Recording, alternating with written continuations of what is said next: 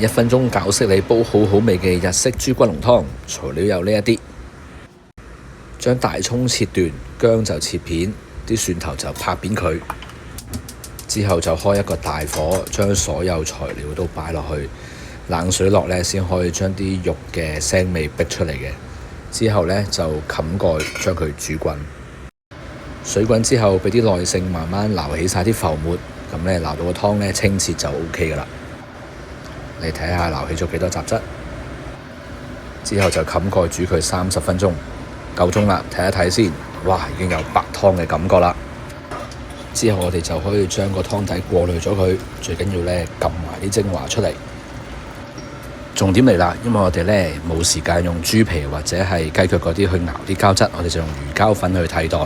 咁呢，落咗魚膠粉之後呢，我就用手持攪拌機將佢均質同埋乳化，個湯就會有嗰種結結地有質地嘅感覺啦。另外呢，再加鹽、醬油或者係味噌呢，就可以變出唔同味嘅拉麵湯底啦。